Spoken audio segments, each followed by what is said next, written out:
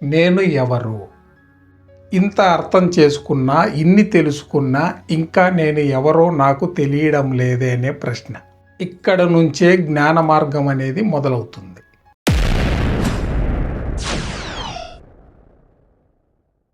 మనం గత ఎపిసోడ్స్లో కర్మ నా చేతుల్లో ఉందా, భక్తిలో దేవుడు బయటనా లేక లోపలనా, దేవుళ్ళు మానవ రూపాలలో ఎందుకు కనిపించారు, విగ్రహాలు ఎందుకు వచ్చాయి, మనం ఎందుకు పూజిస్తాము అనేది అర్థం చేసుకున్నాం. ఇవి అర్థం చేసుకున్న తర్వాత అక్కడతో మనకు ఒక ప్రశ్న మిగిలిపోయింది. నేను ఎవరు? ఇంత అర్థం చేసుకున్నా, ఇన్ని తెలుసుకున్నా ఇంకా నేను ఎవరో నాకు తెలియడం లేదే అనే ప్రశ్న. ఇక్కడ నుంచే జ్ఞాన మార్గం అనేది మొదలవుతుంది.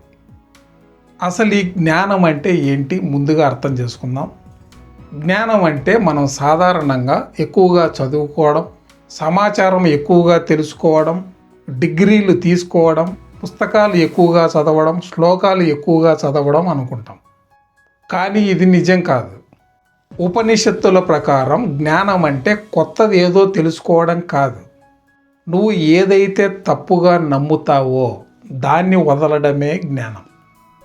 ఇంగ్లీష్లో నాలెడ్జ్ అంటే ఇన్ఫర్మేషన్ కాదు, నాలెడ్జ్ అంటే రిమూవల్ ఆఫ్ ఇగ్నోరెన్సీ అని అర్థం. ఏదైనా సరే తెలియకపోవడం అజ్ఞానం కాదు, తప్పుగా తెలుసుకోవడమే అజ్ఞానం. అంటే నేను ఇది అని అనుకోవడమే అజ్ఞానం. ఉదాహరణకి నేను ఈ శరీరం, నేను ఈ పేరు, నేను ఈ పాత్ర, నేను ఈ తండ్రి, నేను ఈ ఉద్యోగిని, నేనంటే నా ఆలోచనలు, నేనంటే నా మనసు, ఇవన్నీ అనుకోవడం ఉపనిషత్తుల ప్రకారం అజ్ఞానమే. మరి జ్ఞానం అంటే ఏంటి? జ్ఞాన మార్గం అనేది ఇలా చెప్తుంది. ఇది నువ్వు అనుకుంటున్నావు, మరి ఇది మారుతుంటే నువ్వు మారట్లేదు కదా. నువ్వు మారనప్పుడు అయితే నిజంగా నువ్వు ఏది అని నువ్వు నిజంగా ఏదో క్వశ్చన్ చేసుకోమంటుంది. నేను ఉన్నాను అన్న ఫీలింగ్ మారలేదు కదా. ఆ మారనిది ఏంటి? ఆ మారని దానినే జ్ఞానం గుర్తించమంటుంది. ఉపనిషత్తులు దీన్ని అర్థం చేసుకోవడానికి సింపుల్ పద్ధతిలో చెప్పాయి. ఇది కాదు, ఇది కూడా కాదు, ఇలా ఆలోచించమంటుంది. అంటే ఏంటి? నేను శరీరం కాదు అంటే శరీరం మారుతుంది, అంటే శరీరం చనిపోతుంది, శరీరం పుడుతుంది. శరీరం చిన్న వయసులో ఒకలా ఉంటుంది, ఒక వయసులో ఒకలా ఉంటుంది, ముసలి వయసులో ఒకలా ఉంటుంది. ఇది మారుతుంది కాబట్టి ఇది నేను కాదు. నేను మనస్సు కూడా కాదు, ఎందుకు? నా ఆలోచనలు తదేకం మారుతూనే ఉన్నాయి కాబట్టి. నేను భావం కాదు, భావోద్వేగము కాదు, ఎందుకు? సంతోషాలు బాధలు మారుతూనే ఉన్నాయి కాబట్టి. మరి ఇవన్నీ కాదంటే చివరికి ఏం మిగులుతుంది? వీటన్నిటినీ చూస్తున్న చైతన్యం మిగులుతుంది. అంటే ఏంటి? వీటన్నిటినీ చూస్తున్నవాడు, అనుభవిస్తున్నవాడు, కానీ మారనివాడు. ఆ మారనివాడు ఎవడైతే ఉన్నాడో అదే చైతన్యం. దాన్ని గుర్తించడమే జ్ఞానం. అసలు నేనెవరు అనే ప్రశ్న ఎందుకు ముఖ్యమైనది అంటే, ఇదేదో ఈ ప్రశ్నకి సాధారణంగా సమాధానం తెలుసుకోవాలని కాదు, దీని అంతర్గతం వేరే ఉంది. ఉదాహరణకి నీ చేతిలో ముళ్ళుని గుచ్చితే నువ్వు వెంటనే చేతిని వెనక్కి లాగేస్తావు. ఎందుకు? నువ్వు చేతివి కాదు కాబట్టి. నువ్వే చెయ్యి అయితే గుచ్చినప్పుడు ఆ గుచ్చుడు ప్రభావానికి అక్కడే ఉండిపోతావు కదా. నువ్వు ఆ చెయ్యి కాదు కాబట్టి ఆ చేతిని నువ్వు వెనక్కి లాగావు అని అర్థం. అదే విధంగానే ఈ శరీరం మొత్తము నువ్వు కాదని నువ్వు అర్థం చేసుకోగలిగితే నువ్వు జ్ఞాన ఫలితం పొందినట్లే. యోగ వాసిష్ఠిలో రాముడు వశిష్ఠుడిని ఓ ప్రశ్న అడుగుతాడు. నేను అన్నీ పొందాను కానీ లోపల మనశ్శాంతి లేదు, ఎందుకు గురువు గారు అని. దానికి వశిష్ఠుడు సమాధానం ఇలా చెప్తాడు. నువ్వు ఈ ప్రపంచాన్ని చూసేవాడివి కానీ చూసేది ఎవరో తెలుసుకోలేదు అని. అంటే చూసేవాడు ఎవడు? ఈ శరీరం, ఈ కళ్ళు, మన భావనలు, ఇవి చూసేవాడు. మరి ఆ చూసేవాడు ఎవడు? అది తెలుసుకోవడం, అదే చైతన్యం, అదే దేవుడు. నువ్వు అది తెలుసుకోలేదు అని వశిష్ఠుడు రాముడికి చెప్తారు. అంటే సెల్ఫ్ ఎంక్వైరీ అన్నమాట, జ్ఞాన మార్గం. ఇక్కడ మీకు ఒక డౌట్ వస్తుంది, రాముడు దేవుడు కదా, ఆయన దేవుడు అన్న విషయం ఆయనకు తెలియదా, ఆయనలోని చైతన్యం ఆయనకు అర్థం కాదా అని. రాముడు అనే వ్యక్తి ఇతిహాసాలలో మానవ రూపంలో వచ్చిన ఒక చైతన్యం. దేనికి? ధర్మానికి ప్రతీకగా. ఆయన దేవుడే, ఆయనకు అన్నీ తెలుసు, తెలియదని కాదు. ఆయనకు ఆ శక్తి ఉంది, ఆ జ్ఞానం ఉంది, కానీ ఆయన దాచుకున్నారు. దీనినే శాస్త్రంలో లీల అంటారు. కృష్ణలీలలు అని విని ఉంటారు కదా, అలాంటి ఒక లీల అన్నమాట. ఎందుకు దాచుకోవాలి? ఎందుకంటే రాముడు మానవ అవతారంలో వచ్చాడు కాబట్టి, ఒక మానవుల్లానే జీవించాలి అనుకున్నాడు కాబట్టి, అలా అయితేనే ఆయన ధర్మబద్ధంగా జీవిస్తే అది చూసిన ప్రజలు ఆయన్ని అనుకరిస్తారు అనే భావనతో.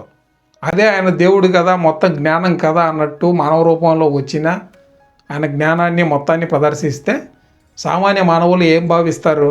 ఆయన దేవుడు కాబట్టి ఆయన అన్నీ చేయగలిగాడు, మనము కేవలం మానవ మాత్రులము, మనం చేయలేము అని ఆయన అనుకరించరన్నమాట. ఆయన ఆ అవతారం తీసుకోవడానికే కారణం అది కదా. అందుకే రాముడు మనలాగే ఆలోచిస్తాడు, మనిషిలాగే బాధపడతాడు, మనిషిలాగే సందేహపడతాడు, అన్నీ మనిషిలాగే చేస్తాడు. ఎందుకు? ఆయన మనిషికి మార్గం చూపించడానికి మానవ జన్మ తీసుకున్నాడు కాబట్టి. అందుకే రాముడు ఎప్పుడూ కూడా నేను దేవుణ్ణి అని ఎక్కడా చెప్పుకోలే, నన్ను పూజించండి అని ఎక్కడా చెప్పలా. ఎందుకు? అంత మాత్రాన ఆయన దేవుడు కాదని కాదు, ఆయన అలా చెప్పితే ఆయన తీసుకున్న మానవ రూపానికి అర్థం ఉండదు, అందువల్ల ఆయన చెప్పలేదన్నమాట. కాబట్టి రాముడు నిజంగా తెలియనివాడు కాదు, అన్నీ తెలిసినవాడు. మనిషి రూపంలో ఉన్న రాముడు మనిషిలాగే ప్రవర్తించాలి కాబట్టి ఆయన ఆ జ్ఞానాన్ని దాచిపెట్టుకున్నాడు. అదే ఆయన లీల. అదే గీతలో కృష్ణుడు ఏం చెప్పాడు జ్ఞానం గురించి? అవిద్యాయాం అంతరే వర్తమానం. కృష్ణుడు స్పష్టంగా చెప్పాడు, నువ్వు శరీరం కాదు, నువ్వు ఆత్మవి అని. ఇక్కడ మనం గమనించాల్సింది ఏంటంటే, గీతలో కృష్ణుడు జ్ఞానం గురించి బోధించాడు, కానీ అందరూ ఎందుకు జ్ఞానులు కాలేదు అనేది మనం అర్థం చేసుకోవాలి. జ్ఞానం ఎంత బోధించినా వినడం వేరు, ఆ జ్ఞానాన్ని అర్థం చేసుకోవడం వేరు, జీవించడం వేరు. ఇప్పుడు నేను తెలుసుకున్నది, నేను చెప్పేది మీరు విన్నది మీరు అర్థం చేసుకుంటారు, కానీ చైతన్యంతో జీవించాలి, అదే జ్ఞానం. అసలు ఈ జ్ఞానం అంటే ఎందుకు అంత కష్టం? కర్మలు చేయటం సులభం, భక్తితో ఉండటము సులభమే, కానీ జ్ఞానం పొందటం అనేది అంత కష్టం.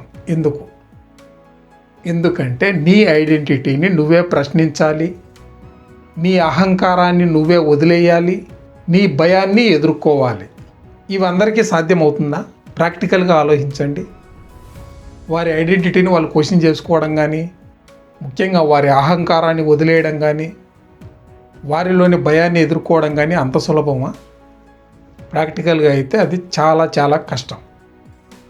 అందుకే జ్ఞాన మార్గం అనేది కొంతమందికే సాధ్యమవుతుంది, కొంతమందికే అది నడిచే జ్ఞాన మార్గం అవుతుంది.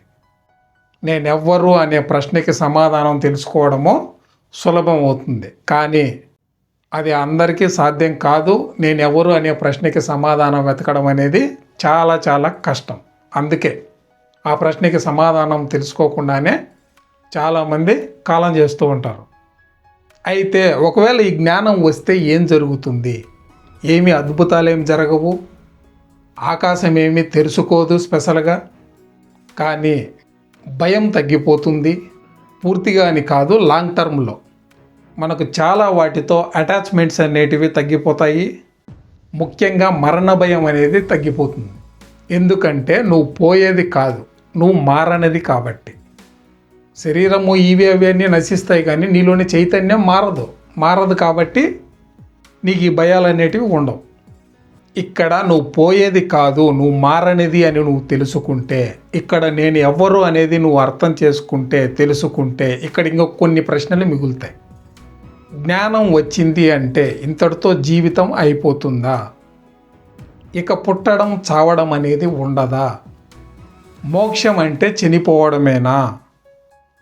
లేక మనం బతికే బంధం అనేది పోవడం మాత్రమేనా అని వీటికి సమాధానం తెలుసుకోవాలంటే తదుపరి ఎపిసోడ్ మోక్ష ఫలితం అనే చివరి ఎపిసోడ్లోకి వెళ్ళాలి. ఇది గాయస్ ఈ వీడియో మీకు నచ్చిందని అనుకుంటున్నాను. నచ్చితే లైక్ చేయండి. ఈ వీడియో పట్ల మీ ఉద్దేశం ఏదన్నా కానీ కింద కమెంట్లో చెప్పండి. తదుపరి ఎపిసోడ్ నేను అప్లోడ్ చేసిన వెంటనే మీ ముందుకు రావాలంటే ఛానల్ని సబ్స్క్రైబ్ చేసుకొని సపోర్ట్ చేయండి. Thank you so much.